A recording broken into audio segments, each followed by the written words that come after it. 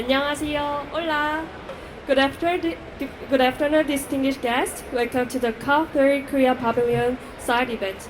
My name is Kim Min-ji from National Assembly Forum on Climate Change. And it is an honor to serve as your host today. Thank you for joining us. 10 years after the Paris Agreement, we are now in Belém, Brazil, shaping Korea's next chapter through the 2035 NDC. Since mid-September, Korea has been conducting public consultation, but the draft has been criticized for being mostly declarative and offering little progress in concrete implementation compared to previous NDC cycles. Today's session aims to assess Korea's NDC progress and present 10 youth-driven policy recommendations for a more actionable and accountable 2035 NDC. To formally open today's event, I'd like to invite Mr. Lee Sang-hoon, President of the Korea Energy Agency, to deliver the opening address. He will share his insights and set the direction for our session. Please welcome him a warm round of applause.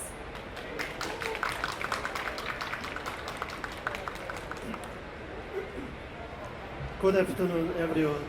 I'm Sang-hoon Lee, President of Korea Energy Agency. As an advisor to the National Assembly Forum on Climate Change, it is my great pleasure to welcome you to this seminar on Korea's 2035 NDC designed by the young generation. I would like to thank you, Mr. Minho Lee, and PASCO for their support, and our Korean youth delegation for taking the lead in preparing this meaningful event. Last week, the Korean government announced its 2035 NDC. The new goal is to reduce greenhouse gas emissions by 53% to 61% compared to 2018 levels. This clearly demonstrates the strong commitment of the Korean government to addressing climate change. Also, it is a key milestone that will guide our transition to a decarbonized society and more sustainable growth. The 2035 NDC will serve as a new growth engine by scaling up investments in green industries, enhancing industrial competitiveness and creating new green jobs. By 2035, the young generation gathered here today will be playing leading roles in our society. Therefore, your active participation in designing Korea's new climate pathway is important not only for the nation, but also for your own future. The youth members of the National Assembly Forum on Climate Change have prepared to look back on how Korea's NDCs have changed, to review the progress on the 2035 NDC, and to present 10 actionable suggestions for a new NDC that Korea can deliver. I hope that these ideas and suggestions discussed today will be a valuable foundation for further refining Korea's 2035 NDC target, as well as the K-Green Transformation Strategy that will be announced next year. As the national agency leading energy efficiency and the deployment of renewable energy, the Korean Energy Agency will also do its best to contribute to the achievement of the 2035 NDC. Once again, I would like to thank you, all of you, for your participation today. I sincerely hope that Korea's 2035 NDC will become a solid stepping stone to overcoming our growth limits and leading all of us toward a more sustainable future. Thank you.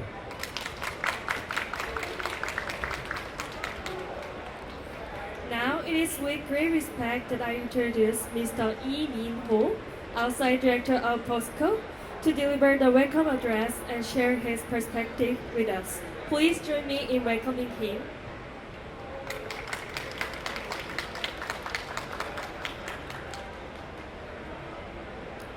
Good afternoon, ladies and gentlemen, youth leaders. I am Min Ho Lee, outside board member of POSCO and a member of the Presidential Commission on Carbon Neutrality and Green Growth of the Republic of Korea. I sincerely welcome all of you to today's seminar in the era of climate crisis, Youth Visions for Korea's 2035 NDC. Under the Paris Agreement, the international community is required to submit its nationally determined contributions for 2035 this year, as you know, and the government of the Republic of Korea has also recently submitted its new NDC after publicly gathering diverse opinions. NDCs are no longer just numbers or targets. Now, those targets must be presented as implementable blueprints backed by concrete means of implementation and policy execution testing. And it is the youth gathered here today who will actually materialize those blueprints through real time and real life. The youth of the National Assembly Forum on Climate Change have today prepared to jointly examine the evolution of Korea's NDCs and the current status of the 2035 NDC formulation, and to present 10 youth-driven proposals for an action of 2035 NDC. My expectations for today's seminar are very high. In confronting the climate crisis, young people are not merely stakeholders. Youth are the owners and agents responsible for the climate future of this nation. We are now entering an era beyond merely demanding climate futures from the state, into an era where youth directly design the climate future of the state. I believe today's seminar will not remain simply as a declaration of youth voices. Rather, it will set forth realistic and concrete directions to take one step further toward year 2035. Once again, I thank every one of you for being part of this meaningful starting point. I hope that today's visions and proposals will become a true momentum that moves beyond COP30 and meaningfully advances Korea's and international climate ambition. Thank you very much.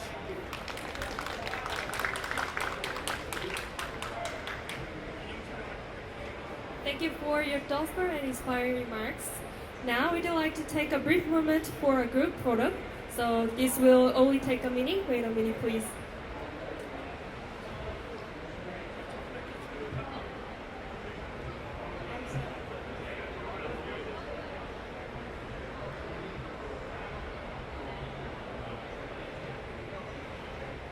One, two, three. One more time. One, two, three. 알겠습니다. 하나, 둘, 셋, 화이팅 하겠습니다. 하나, 둘, 셋.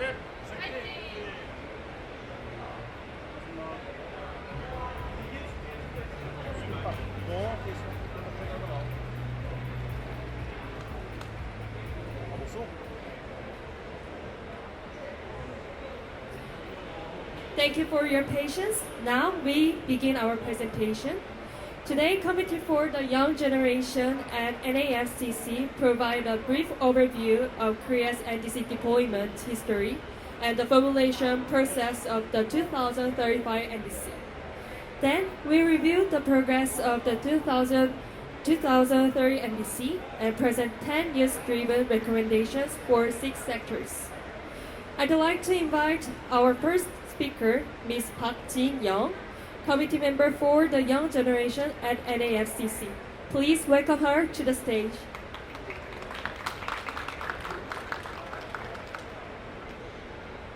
Good afternoon, everyone. My name is Park Jin-young, Committee Member for Young Generation at NAFCC, and it is a great honor to speak to you today under the theme In the era of climate crisis, youth recommendations for Korea's 2035 NDC.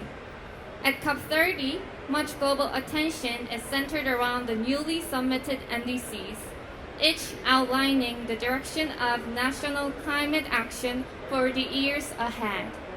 In this context, I am truly delighted to share the youth perspectives and suggestions for Korea's 2035 NDC, which will shape the country's climate response for the next decade.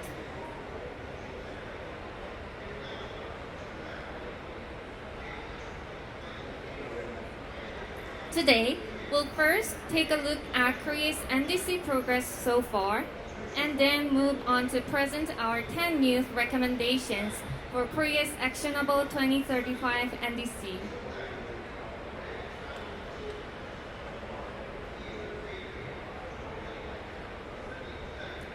Let's begin by tracing back the footsteps of Korea's NDC journey.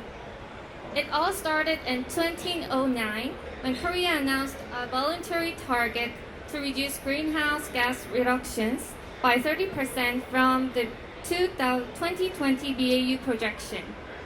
Later, in 2015, the country submitted its intended nationally determined contributions, in short, INDC, pledging a 37% reduction from the 2030 BAU projection. With the entry into force of the Paris Agreement, Korea submitted its first official NDC in 2020, shifting its baseline from BAU to 2017 levels and setting a 24.4% reduction target. At the end of the same year, Korea declared carbon neutrality in 2050 and in 2021 announced an updated and more ambitious NDC to align with the goal, setting a 30% reduction target from 2018 levels.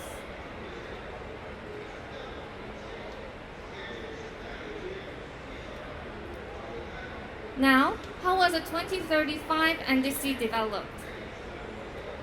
Since every 2024, the Korea government has convened a technical working group to begin the formation and review process, followed by a series of consultations with relevant ministries.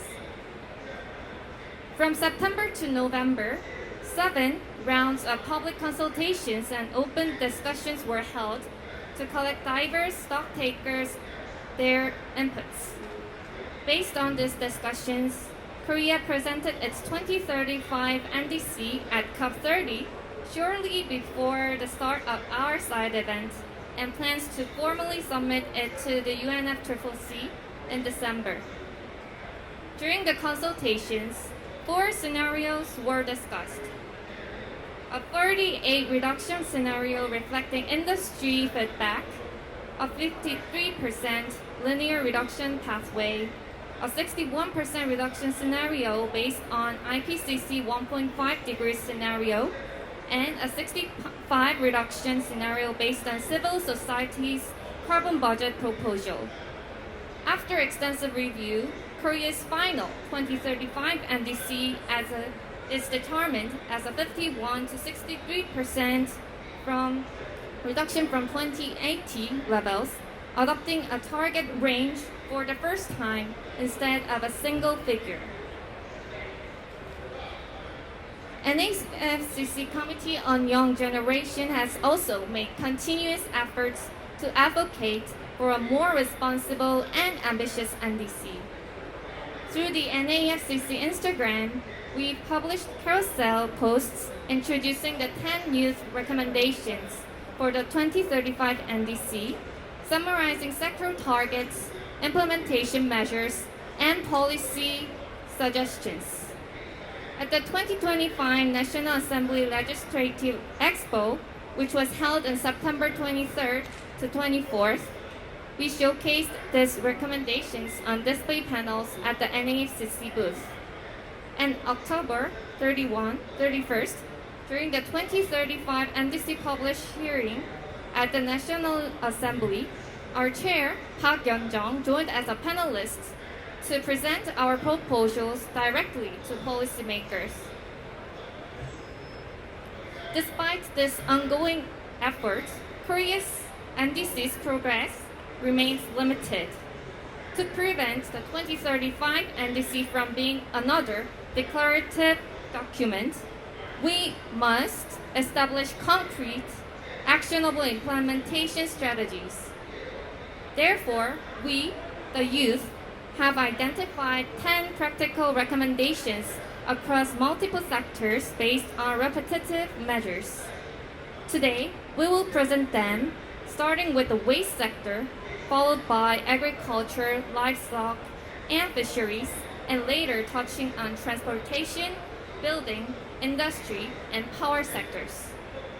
We chose this order intentionally. We structured our presentation in this order because public discussions usually concentrate on headline NDC figures or on emissions-intensive sectors. Yet, achieving the NDC requires progress across all sectors. Therefore, we begin with those that have remained largely overlooked. Let's begin with the waste sector. The emissions in the sector have remained largely stagnant, with only a 9.5% reduction from 2018 levels as of last year. One of the key implementation measures of the waste sector is the single-use cup deposit system. This system imposes a 301, about $0.22 deposit when purchasing drinks in single-use cups in cafe or fast food outlets. Consumers get the deposit refunded when they return the cup to a designated places. Initially, the government planned to gradually expand the system nationwide by 2025, with pilot regions such as Sejong and Jeju. However, despite positive signals, the nationwide expansion was ultimately withdrawn. Initially, data showed that the system significantly increased the use of tumblers. In Sejong, tumbler use rose by 79.5%, and in Jeju by 180.4%, over twice the pre-policy level and 136.5% points higher than in non-pilot regions. Moreover, 85% of Jeju residents expressed support for maintaining the system, showing strong public willingness to accept some level of inconvenience for environmental benefits. Yet, the system also has some limitations. To complement it, the personal cup incentive system should be strengthened. Currently, under the carbon neutral point system, individuals receive about $0.22 for using personal cups, and some cafes voluntarily provide additional benefits. According to survey, 81% of respondents agreed that incentives are more effective than deposit charges in encouraging sustainable behaviors. Thus, our first recommendation is to implement both the deposit and incentive system in parallel. To make this a fact, key issues in the pilot regions, such as limited access to return points and non-interoperable systems, must be accessed to return points addressed. In addition, using the expanded deposit revenues to enhance incentives for personal cup use could further boost participation. Another critical issue in the waste sector is delivery packaging. In Korea, the food delivery sector is exceptionally advanced, evidenced by the fact that a significant share of the population uses Company C, one of the country's leading delivery platforms, on a regular basis. However, every order typically comes with multiple single-use containers for the main dish, side dishes, and sauces, creating a massive stream of plastic waste. To address this, some platforms have introduced a reusable container option. When selected, food is delivered in reusable containers that are later collected from the customer's doorstep. To promote participation, the government provides a 1.46 US dollar incentive card used through the same carbon neutral point system, and the Seoul Metropolitan Government offers subsidies to restaurants participating in the Zero Restaurant Initiatives. Despite these measures, reusable deliveries account for less than 0.01% of total orders. This is largely due to inconvenience for both restaurants and customers. Restaurants barely have additional costs for collection and cleaning, and since demand is still low, maintaining an inventory of reusable containers is inefficient. Consumers, on the other hand, complain about delayed collection, other issues, and limited availability of participating restaurants. Some are not even aware that such an option exists. This creates a vicious cycle of low participation and offer withdrawal. However, the solution may already exist. We can apply the same deposit and incentive dual system as the COPs have. Hence, our second recommendation is to reduce single-use containers and promote reusable containers through combined deposit and incentive system. Hence, the additional revenue should be directed toward offsetting burdens for businesses and enhancing consumer participation, supported by nationwide awareness campaigns. Let's move on to the agriculture, livestock, and fishery sector. The sector's emissions have not exhibited a meaningful downward trend either, with last year's level showing only 7.4% reduction relative to 2018. One major policy measure is the Smart Farm, which applies advanced digital technologies for agriculture production. By 2050, Korea aims to achieve 60% adoption of precision agriculture, including Smart Farm, and 50% of greenhouse smart livestock systems. Currently, around 13% of greenhouse farming operations are managed as smart farms. However, the first Smart Agriculture Plan, which outlines this transition, lacks explicit references to greenhouse gas reductions. Instead, it focuses primarily on climate adaptation. In fact, no official data yet has verified that smart farms contribute meaningfully to emission reductions.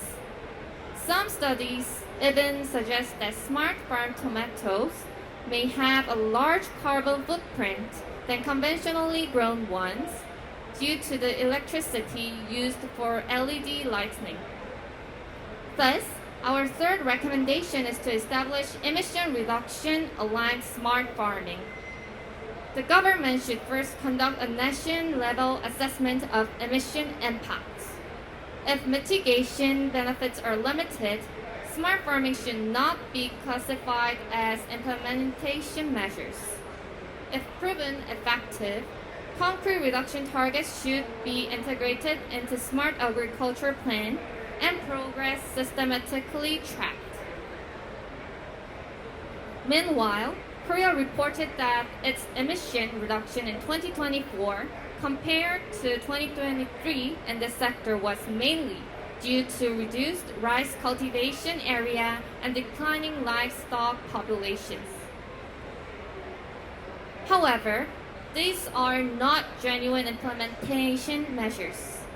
Rice area adjustments are primarily market control measures addressing oversupply, and livestock numbers are expected to rise in coming years. Moreover, neither of these factors appeared as official mitigation policies in the initial 2030 NDC, meaning their inclusion now as success factors gives a misleading impression of progress. Therefore, our fourth recommendation is to eliminate so-called free rider reduction policies. Policies that incidentally reduce emissions but were not designed for that purpose, such as reduced rice or livestock production, should not be counted as legitimate mitigation actions. Instead, the focus should return to authentic, measurable policy instruments that directly contribute to emission reductions. At this point, I would like to hand over to Kim Min-ji, Committee Member for Young Generation at NAFCC, who will continue the presentation with the next set of youth recommendations. Thank you very much to your kind attention.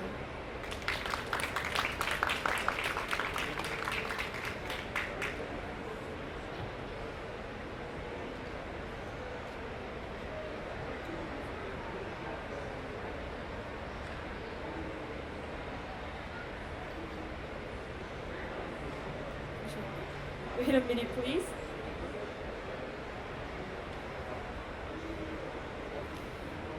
Jinyoung, thank you for your introduction. Now, I'd like to begin with the transportation sector. Emissions in transportation sector have shown no significant downward trend over the past years. From 2018 to 2024, it is reflected only about a 1.3% reduction. Korea's 2030 transportation sector target is 61 million tons, meaning emissions must decline by about 38% from 2018 levels. The government identifies the expansion of zero-emission vehicles, commonly known as ZEV, as a primary mitigation measure for this sector. Zero-emission vehicles refers to vehicles that emit no pollutants during operation, including battery electric vehicles and hydrogen fuel cell vehicles. So, is Korea on track in scaling of zero-emission vehicles adoption? As you can see on the slide, annual zero-emission vehicle registration peaked in 2022 and have declined since then. Korea aims to reach 4.5 million zero-emission vehicles by 2030, but as of 2024, only about 750,000 are on the road, around 70% of the goal. The government has also signaled its intention to set a 2035 target of more than 8.4 million zero EVs. But the automobile industry is strongly resisting this plan. As a result, it remains uncertain what will ultimately be announced. Then why is zero-emission vehicles adoption slowing in Korea? According to the Deloitte survey of Korean consumers, 49% identified concerns about safety incidents, mainly fire accidents, as a primary reason for hesitating to purchase electric vehicles. To address this, the government introduced a system requiring manufacturers to certify battery production history and safety performances. However, because the system was introduced only this year, its effectiveness has not been demonstrated, and it does not provide consumers with a direct, tangible sense of safety. Therefore, we suggest the establishment of the Joint EV Safety Compensation Scheme, under which manufacturers and the government jointly compensate consumers for losses resulting from EV-related safety accidents. A co-managed scheme will strengthen consumer trust while encouraging manufacturers to further improve battery safety to reduce potential liabilities. For reference, the Korean government has announced plans to allocate a budget next year for the introduction of the joint EV safety insurance. Many countries complement ZEV deployment by setting a legally binding phase-out date for internal combustion engine vehicles, commonly known as ICE. Norway, Sweden, and Netherlands, Denmark, and EU and United Kingdom have already announced the timelines, while Korea has not yet committed to a specific year. For reference, California has enacted ban on new ICE vehicles, although it is currently facing legal challenges from the Trump administrations. To a mandate phase-out date would send a clear signal to industry, accelerate EV uptake, and support stronger emission standards. The Korean government has indicated it is considering a 2035 or 2030 targets, but automakers remain strongly opposed, arguing that such a timeline is unrealistic and overly burdensome. Now, let me move to the building sector. Building sector emission declined by 60.3% from 2018. The 2030 target is 35 million tons.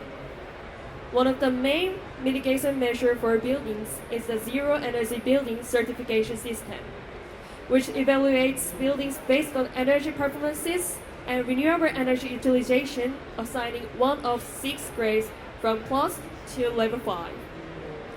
Although the number of certified buildings is increasing, largely due to mandatory zero energy building requirements for public buildings, but only 4,800 are zero energy building certified, which is around 0.06%. Although certification numbers are rising, about 97% certified buildings are public sector facilities subject to mandatory requirements. Despite the private sector accounting for about 97% of Korea's building stock, only about 3% are zero energy building certified due to very limited voluntary adoption. The main reason is that current incentives does not sufficiently offset the financial and administrative burden of zero energy building certification.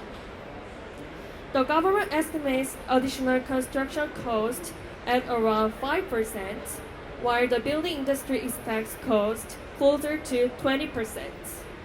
Because incentives do not match real-world costs, voluntary participation from the private sector remains low. Therefore, we recommend enhancing zero energy building incentives, especially through direct subsidies, rebates, and more detailed, diversified eligibility criteria to stimulate participation. This would effectively drive real emission reduction in the building sector. Another mitigation measure in building sector is green remodeling for existing buildings, which also provides financial incentives. Public buildings receive 50 to 70% subsidies for total remodeling cost, while private buildings receive only interest rate support of up to 4%. However, the interest support program for private buildings was discontinued in 2024 due to low participation.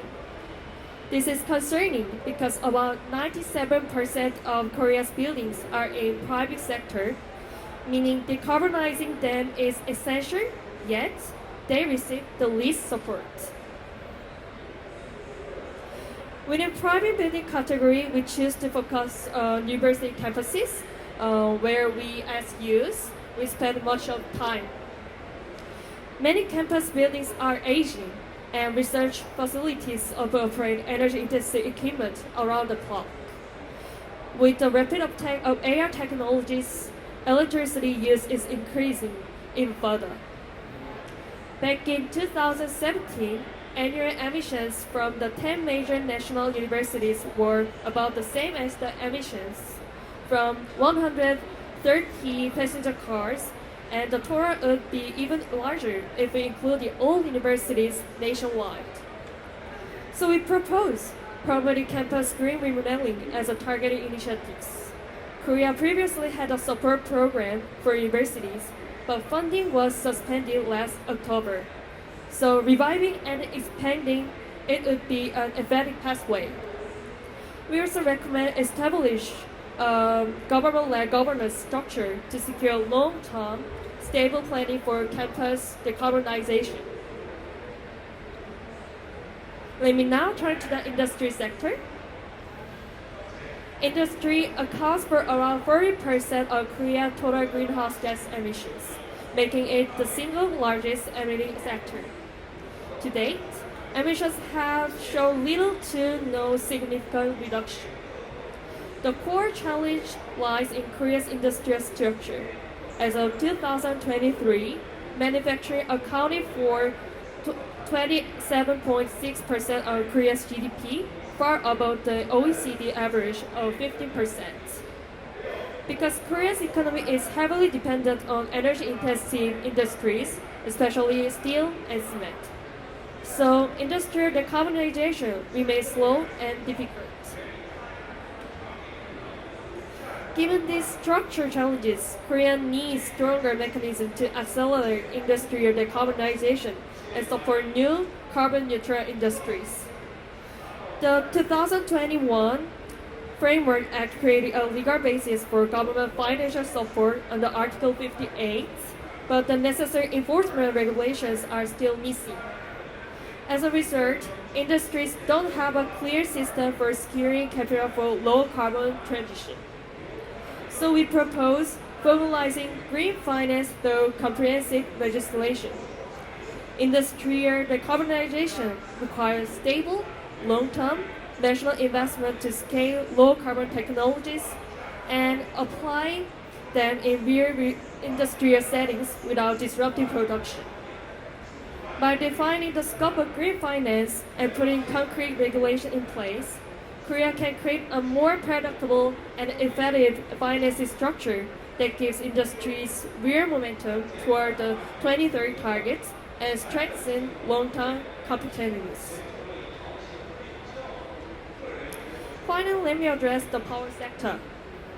Since 2021, emissions continue to decline and are now around 22% lower than 2018.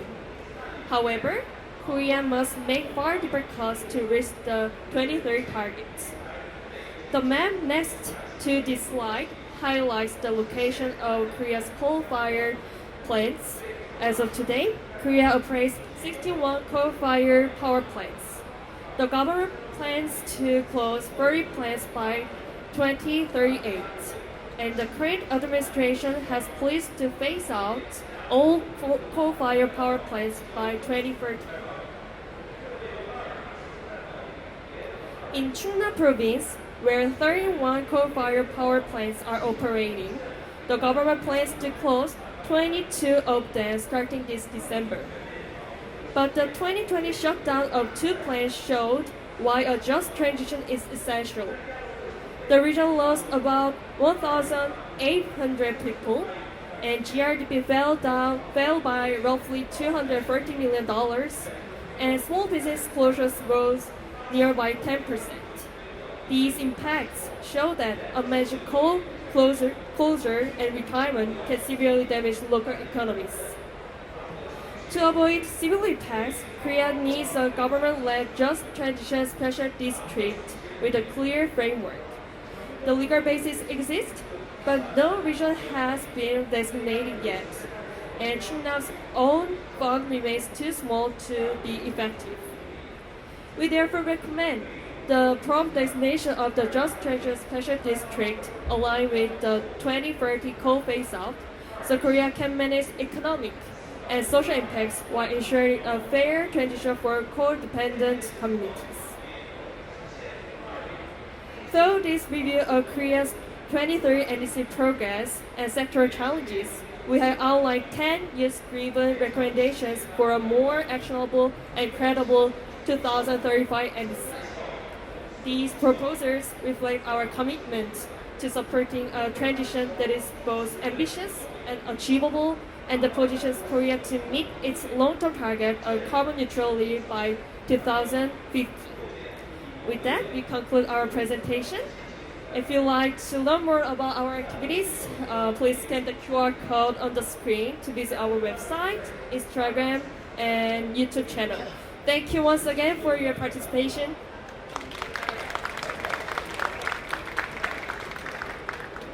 It is now my honor to introduce today's panelists, Professor Oh Jin-gyu, Visiting Professor at Hallym University, and An Yoon-gi, Vice Senior President at the POSCO Research Institute.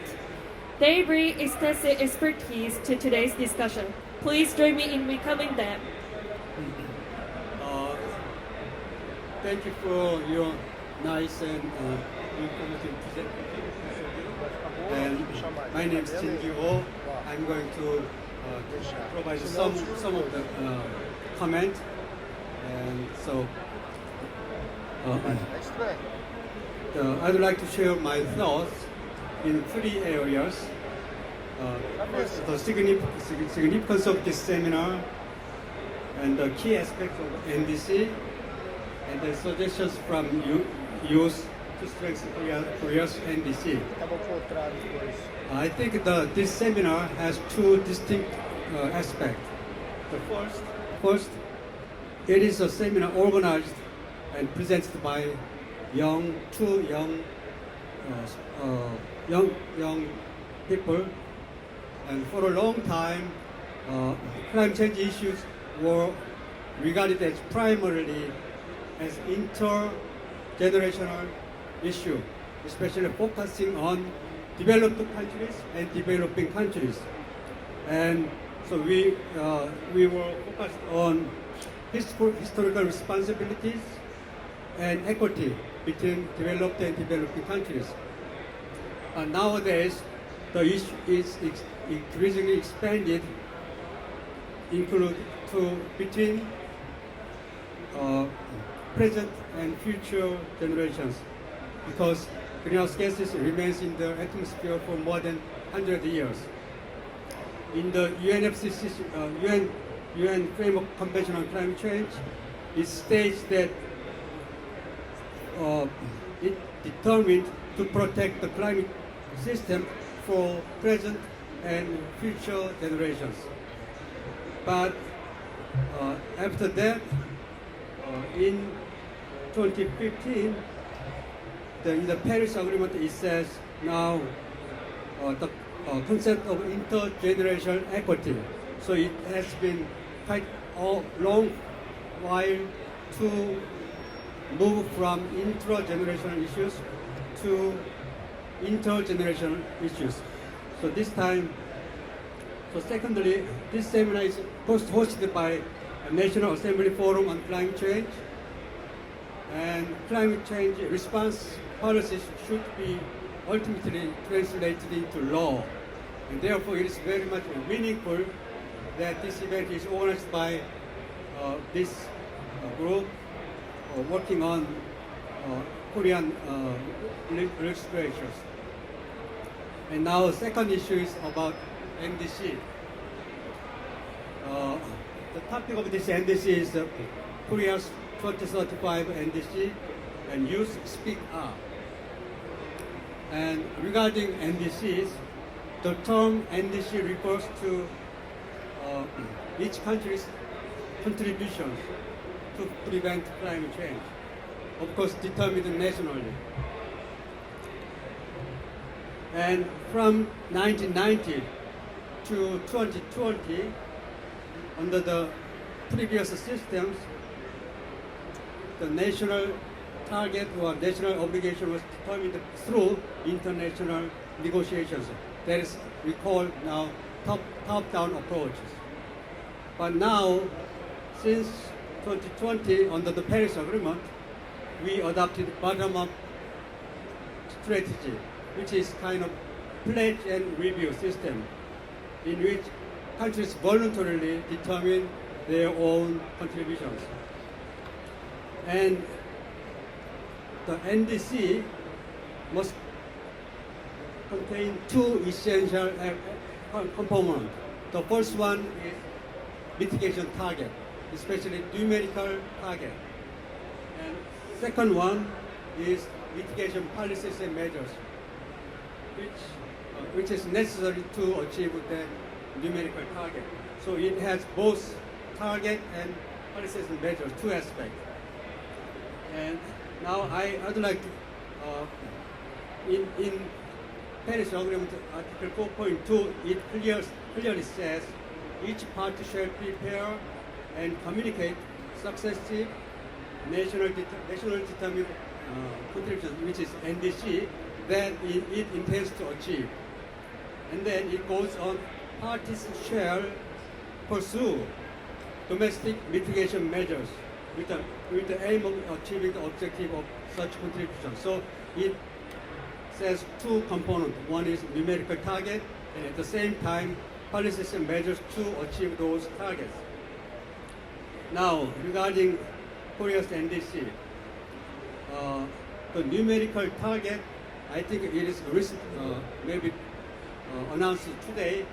So I just would like to address not number itself, but policy and measures aspect of the Korea's effort, including your presentations. First, I'll go the other way around, starting from power sector. And you proposed to establish just transition special zone, and I think it's very important and timely because in Korea, as coal power plants are phased out, it is very important to address employment transition in affected areas. So, addressing those employment issues is essential for a smooth transition in power mix. The next, industrial sectors. As you mentioned, Korea's industrial sectors is dominated by hard-to-abate industries.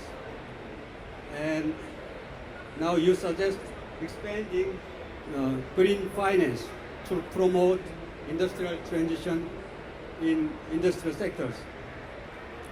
And here I would like to ask one question about, I would like you elaborate a little bit about what kind of green financial measures would be appropriate in industrial sectors. And then two more sectors, building sectors. You suggested zero emission building sectors, and you also suggested strengthening certification. I think this certification is undertaken by Korea energy agencies, and it is quite successful. And I think this certification strategy must be strengthened. The lastly, transportation sectors. You suggest to very bluntly to phase out internal combustion vehicles, but I think it is the issue that should be very carefully considered alongside the future of Korea's automobile industries, because it is right now the automobile industries is major industry in Korea. So now phasing out internal combustion vehicles may not be easy, and you have to consider those issues very carefully. So I think this is the brief comment on this, and thank you also for your nice presentations, and thank you for listening. Thank you. Okay. My name is An Min-Gi, working for the POSCO Research Institute. POSCO, you know, is a steel company. But first start, I'm very highly appreciated for the inviting the old guy for the younger generation forward. Thank you. And before starting, I corrected two words. I use generally terminology greener or cleaner instead of green. And the second word is in the year of climate crisis. I think now is decarbonization economic system. We think about considering the climate change issues, and must integrate the economic system. So at that point, I will suggest four kind of suggestion regarding this presentation. We know that the future global economy will be involved with the decarbonized market economy system centered on the AI, second in climate issue, and the supply chain ecosystems.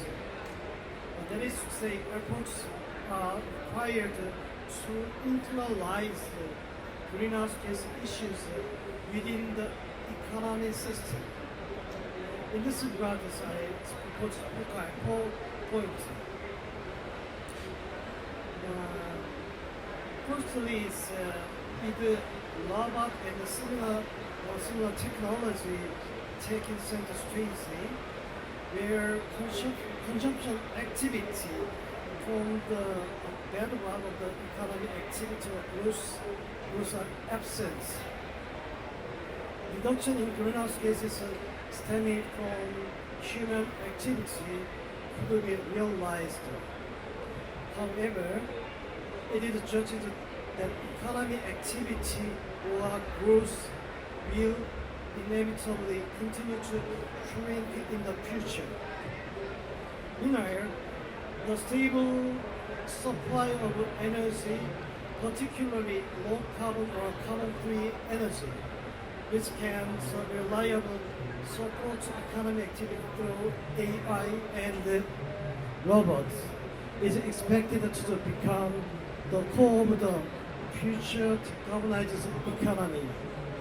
Ironically, the climate issue stemming from the greenhouse gas emission has come to be emphasized once more as an issue of securing stable energy supply. That is to say, I believe it is time to seriously contemplate the energy mix from the perspective of securing stable energy supply. Specifically, it is time to meticulously formulate a rational power mix plan, incorporate the renewable energy source such as solar and wind power, and it is time to establish a rational power mix plan, incorporate the carbon-free energy sources like nuclear power and low-carbon energy sources such as LNG. Only then can the sustainable competitiveness of a nation and its industry endure the decarbonized economic era. I firmly believe this is not a matter of the approach through the political and personal convictions. Rather, it requires monitoring and presentation of informed opinion. I believe that, secondly, I believe it is necessary to approach the greenhouse gas and climate issue from an economic perspective, specifically through the lens of market supply and demand to enable sustainable growth through economic activity, particularly within the four major economic markets: goods, finance, trade, and labor. Anyways, I believe that addressing the climate issues without economic growth, particularly without industry, is meaningless. In this regard, I think a future generation must continue to demand that a certain civic group, young people, and politicians who argue the greenhouse gas reduction alone guaranteed the lives of a future generation, explore ways of internalize climate issues within the economic market system. Thirdly, if we recognize the climate change as a risk of future generation, we must advocate for climate crisis mitigation strategy based on the accurate understanding of the crisis severity, impact, and the responsive measures underpinned by the data-driven analysis. Fourthly, Yeah, finally, so with the establishment of the climate ministry, for example, climate, energy, environmental policy, and industry policy must be pursued with clearly delineated governance and the rules. I mean, the climate ministry should only set the standards concerning climate, energy, environment, while industry policy aligned with these should be overseen by the Ministry of Industry. Future generation must periodically monitor these and provide opinion and demand to ensure the government can systemically reduce greenhouse gases while fostering AI-based industry. Anyways, monitoring recommending government's approach to policy from the perspective of economy and the market supply and demand. Such endeavors represent the minimum approach that will contribute to enhancing the sustainable competitiveness of our nation and industry for future generation, taking climate issue into account. To ensure a systematic transition to a decarbonized economy system, the remaining task of the period of the ahead concerning the 2035 NDC involve listening to the diverse opinions from the government, academia, industry, and the civil society organizations on aspects that could impact national competitiveness, such as the NDC and emission trading schemes. It is essential to consider feasibility and explore measures that serve the national interest, while creating jobs for the future generation. I believe it is necessary for future generation to monitor and make recommendations on these measures. Thank you. Thank you. We extend our sincere appreciation to our panelists of their insightful contribution. At this time, we'd like to open the floor for questions. If you have any question, please feel free to ask me and we will bring a microphone to you. Okay. Since there are no further questions, let me share a brief comment. Jinyoung, do you have any comment for this? First of all, I would like to spread my gratitude to Professor Oh Jin-gyu and Mr. An Yoon-gi, who have been giving us meaningful insights going on. And first of all, I think it is the most important thing is to spread balanced view. Since I'm youth, I have to think of my future lives, and I think industry's issues are related to common people too. Because when industries have difficulties and they have hard times, national economy would shake either, and some jobs gonna go through some decline. They're gonna decline. So as I'm a youth, I think it is important to help industries also. In fact, we have to go toward carbon neutrality by 2050 altogether. But since we have to consider the nation's economy and our future lives, I think incentive and some regulations should go together, not only to the side of incentives and not only to the side regulations. They have to go both. So I think helping industries to go toward the carbon neutrality should be important as well. Okay, thank you. I want to share my comment shortly about ICE phase out. Actually, I think we have to phase out the ICE vehicles shortly because for the decarbonization in transportation sector. But I agree with that it is very difficult to phase out in this era. So I think we have to aligning with the green finance that we mentioned before. So we have to first of all help the industry to translate to transition for the decarbonization, like financially or the systematically. I think it is the first of the things, and then we have to walk the pathway for the ICE phase out. Well, yeah, thank you all your thoughtful comments, and we're gonna your engagement has greatly enriched today's discussion.